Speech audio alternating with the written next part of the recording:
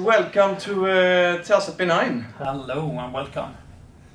We have actually thought about starting some kind of a podish thing where we discuss different things that happens at beNine, and we discussed to start with something, but if we should start somewhere, I think we should start at our core, our values. And I mean, what is more closer than the name? And the name, as you know, is beNine. And what are the 9 embedded? It is to be 9 attributes, values that we trust and believe in. And that is what we will talk about here. Yes, exactly. That would be good. So hopefully then, guys, if it is so that this is something that you like, it may be so that will come more episodes where we go through it all, but we're testing them with the first ones. And we will soon share with you a little bit of images, how this looks like, and then we will discuss it as well. So yes, and remember, the first version of any painting is the most valuable. Yes. This is the most valuable pod ever. It must be. That's on us. Let's do it. For sure. So the 9 then is as you can see on the screen right now. It is areas, and they originate from the experience that we who founded beNine had. And you can group those areas into 3 top areas, and that is professionalism, Competence. and humane. So important. Yes. And today I think we will focus on the first one and the areas within that. And those areas, but that they are Their scope, their commitment, and of course most important is always the result. Yeah, from all aspects actually. So then we can take the first area then in professionalism. So and the first and most important thing always when you start to do something, what do you think that is, Bedet? That's when you will go and do some shopping. Yes. You have a list, the shopping list. That is the scope from your government. What you should do in ICA, for instance. What you should buy. So it's a long story short, scope. The requirement, what do we want to fulfill, and what is then the scope? Yes. So scope is super important, number 1. Yes, I totally agree.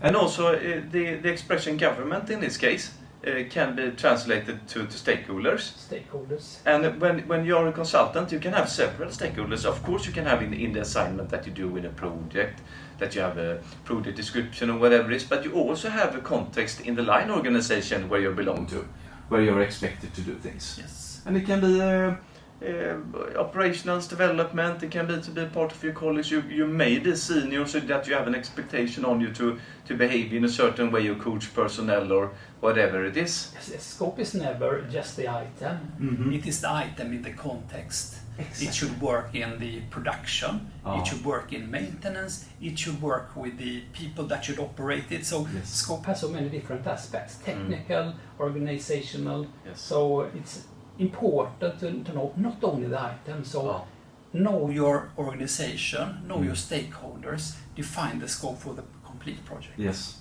and I think that is very important. So when a beNine consultant goes out on an assignment, and also working at beNine with internal activities as well, it's important that we cannot look at the definition scope as a dry thing. Okay, I will look for the project definition and that is all I will do. No.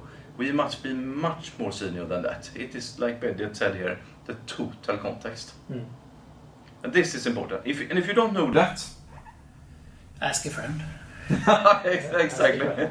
But of course, then you don't know what your target is and what to achieve. So you will fail, or you will, or if you are super lucky, you will succeed a little bit, but most likely you will fail. Exactly. And I remember we have had workshops internally at beNine with all the personnel around this. And it was a quite big discussion around this, that if you do not know your scope, I mean, when you have had colleagues that are very senior and you know how you see them when they drive to find out their scope, that is like a colleague or a manager maybe very, very impressive. You really like that this person really wants to know what is expected of him or her. And that is world class. That is what we want to be. That we want ourselves and our employees to be like that. Yeah. And as you say, when you see somebody that is good at it, Yeah. they don't stop when they've written the word. They continue to investigate what does it mean, Yes. and they check it with the stakeholders, Yes. and then they align that this is the scope. Yes. And when you're done with the government, say, okay, this is the scope. Oh. You get the stamp. You're okay. You can You're go okay. and do that shopping. Exactly. You can do that implementation for the project. And when you have that, you have the reference, Yeah. and if changes comes, you always have a base to state the delta Yes. from. Changes will come. So that is extremely good. So, and also, I mean, a very important part of the scope, but it is also what is not a part Of the scope. Yeah. What's in and what's not in. Exactly. And your assumptions for that. Ja. Why is it in and why is it not in? Because the assumptions can later be proven not to be correct. Ja. So it's not only the items, it's not only to agree, but it's to say what's in the box, what's out the box. Exactly. And I think you said it very good for a couple of minutes ago here, that you can write down the scope, you can investigate what the scope is, but then, like you said, Benedict, anchor it, align it. Align it. And that is, if probably, where the most time will be taken, because it takes time to anchor things around the organization. And then not in all places you have a possibility or a clear forum to do that. So then it is a lot of meetings. And one reflection here is, if you're an expert, it can be bad because you know exactly what needs to be done, while all the others, in theory, are not with you. Yes. So sometimes it's better to be as ignorant as the complete project, yes. to slowly build the scope together. Yes. So that is like a pit that you can fall into. Yeah. If you're an expert into an area, you know what to do, but you have to get all the others there as well. Exactly. And I think if I interpret what you say in my words, it is in the beginning, in the early phases, put down detailed scope enough to go ahead, and then as the organization and your colleagues mature and understand the subject, then you can detail it as you go on by, because it will be hard to get them on board if it is too detailed and deep in the beginning. Yes. That's a smart reflection. That is senior. Oh, thank you. So Benedict, this what you said then, you took the good example of the expert then. I think it's very much connected also to maybe a more general thing about scope. That, especially with those long projects that we have been a part of. So that's going to be like for 6-7 years and stuff like that.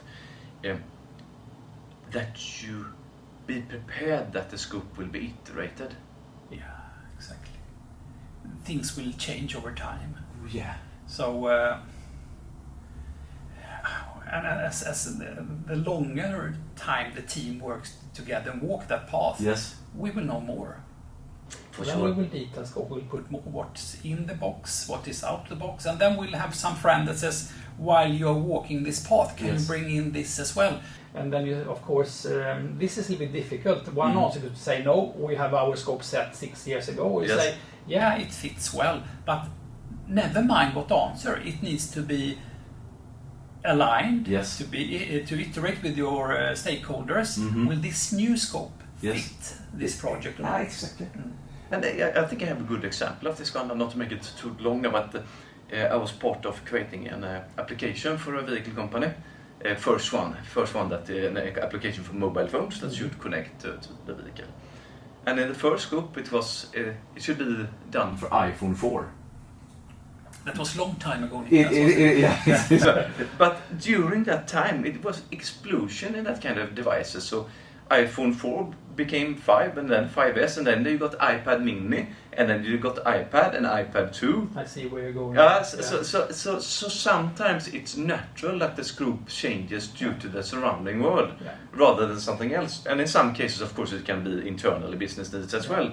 But I think that if you work in technology, you need to expect that it will come influences that will affect your scope, without a doubt.